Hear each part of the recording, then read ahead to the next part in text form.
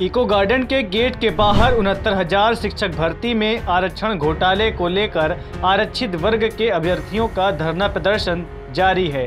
अभ्यर्थियों ने योगी सरकार को चेतावनी देते हुए कहा कि अगर हमारी मांगे नहीं मानी गई तो 2022 में सरकार को बदल देंगे। उन्होंने यह भी बताया कि विधानसभा का घेराव किया था कि सरकार के कानों में जूरेंगे, परंतु हम लोगों को कूड़े की तरह फेंक दिया गया।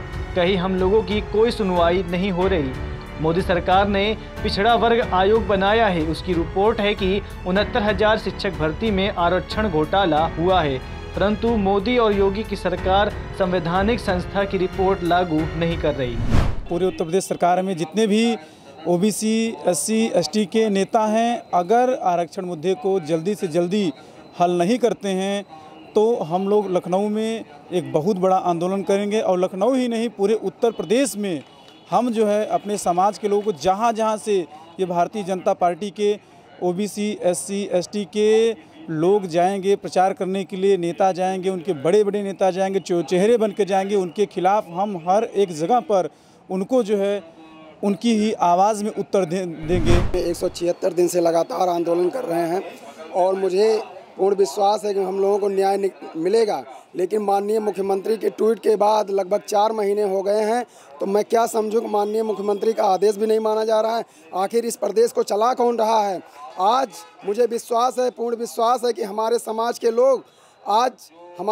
के लोग हम लोगों के साथ हैं, तो आपको न्याय देना पड़ेगा। नहीं तो गांव-गांव से, जिले से आपकी सीट जाएगी और आपको तब दर्द होगा, तब पता लगेगा। और मुझे लग रहा है कि आपको दर्द एहसास हो रहा है कि हाँ, हमारे सरकार जाने वाली है, हमको न्याय देना पड़ेगा, नहीं तो देना ही पड़ेगा, नहीं तो आपकी सरकार 100% जाएगी। और अभी समय है, चेत जाइए, जाग जाइए और हम लोगों को न्याय दे दीजिए। आज हमारे धरने को 176 दिन हो गए लगातार। जो हमने सरकार को एक चेतावनी दी थी, जो कि 23 तारीख को आंदोलन किया था, रोड जाम भी किया था, हम लोगों ने विधानसभा को भी घेरा था, उसका असर सरकार के ऊपर बहुत गहरा दिखाई दिया है। सरकार ने हमारे मुद्दे को निस्तारण करने के लिए एक हाई लेवल मीटिंग भी बैठाई, जो कि मोदी और केशव प्रसाद मौर्य के बीच में हुई थी।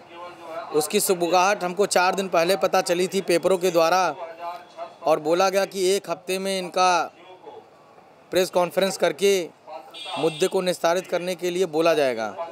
लेकिन अभी हम इंतज़ार कर रहे हैं। ने बोला था कि 10 तारीख तक इंतज़ार करेंगे, उसके बाद हम वहाँ आंदोलन का एक और आगाज़ करेंगे। तो अभी इंतज़ार हमारा चल रहा है।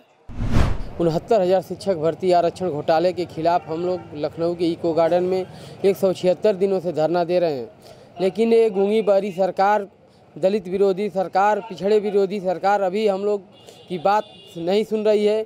बस हमें आश्वासन पे आश्वासन मिलता है, सरकार से हो या अधिकारियों से हो, चाहे कोई भी अधिकारी हो या कोई भी मंत्री हो, कोई भी मुख्यमंत्री तक की बात की तो बस आश्वासन से हमें मिला है, आश्वासन के सिवा हमें कुछ नहीं मिला है। लेकिन हम लोग दलित पिछड़े हैं, इसका खामियाजा हमको भुगतना पड़ रहा है, या हम लोग उत्तर प्रदेश में निवासी हैं, इसका खामियाजा भुगतना पड़ रहा है। मैं पूछना चाहता हूं बीजेपी के उन नेताओं से जो अपने आप को दलित और पिछड़ों के नेता कहते हैं और उन्हीं के बदौलत सरकार में हैं, मुख्यमंत्री बने हैं, उप मुख्यमंत्री बने हैं या अन्य मंत्री पद उनको मिला है, लेकिन वो हमारी बात को भी नहीं अपने समाज में उठाते हैं, अपने सरकार के पास भी नहीं पहुंचाते हैं। हम लोग करीब 20 दिन से इस खुले आसमान के नीचे बैठ के धरना प्रदर्शन कर रहे हैं, लेकिन उन मंत्रियों के कान में या उन मंत्रियों के दिल में थोड़ी सी भी रहम नहीं हो रही है कि हमारे समाज के लोग हैं। अपने समाज के लिए वो बस चुनाव में आते हैं कि मैं पिछड़ा हूँ, दलित हूँ, लेकिन जब उन्हें न्याय देने की बात आती है तो अपने पैर पीछे कर लेते हैं। मैं सवाल करता हूं केशव प्रसाद मौर्य जी से, जो हम लोगों के समाज से आते हैं, जिनका चेहरा देख कर हमने उन्हें 2017 में चुना था, लेकिन जब हम उन लोगों से मिलने जाते हैं तो 69,000 का नाम सुन के कह देते हैं कि कह दीजिए कि हम आउट ऑफ स्टेशन हैं, हम नहीं मिलेंगे। ऐसी क्या मजबूरी है आपकी कि जो आप पिछड़े दलितों के मसीहा कहे जाते हैं, पूरा पिछड़ा दलित आपका चेहरा देखकर 2017 में वोट किया था कि आप मुख्यमंत्री बनेंगे, लेकिन आप पिछड़ों की आवाज़ नहीं बनना चाहते हैं, दलितों की आवाज़ नहीं बनना चाहते हैं। तो मैं आपसे एक सवाल करता हूं कि अगर आप पिछड़े दलित हैं तो हमें न्याय दिलवाइए, वरना अपने आप को भी किसी विशेष वर्ग का समझते हुए फिर पिछड़ों दलित के पास मत जाइएगा। हम लोगों का आंदोलन इसी तरह चल रहा है, इसी तरह चलता रहेगा। भूखे प्यासे हम रहेंगे ज़रूर, लेकिन ज़िंदा रहेंगे। आपको आपकी औकात 2022 में दिखाने के लिए ज़िंदा रहेंगे, अपना हक लेने के लिए ज़िंदा रहेंगे। और हम लोगों का न्याय अगर जल्द से जल्द नहीं आप करते हैं तो हम लोग लखनऊ में बहुत बड़े आंदोलन का रूपरेखा तैयार कर चुके हैं और बहुत जल्द इसकी घोषणा भी होगी और पूरे लखनऊ को जाम करने का कार्य किया जाएगा। उसके बाद भी अगर आप नहीं सुनेंगे तो पिछड़े दलित यहीं पे लखनऊ के इको गार्डन में बैठेंगे और भूख हड़ताल पे बैठेंगे और जब तक शरीर में लहू का एक कतरा रहेगा तब तक बैठे रहेंगे, लेकिन न्याय लेके जाएंगे। हमें हमारा हक चाहिए, ये हमारा अधिकार है, ये हमें हमारा संविधान के द्वारा मिला है, आपको देना पड़ेगा। ब्यूरो रिपोर्ट, JMD खबर।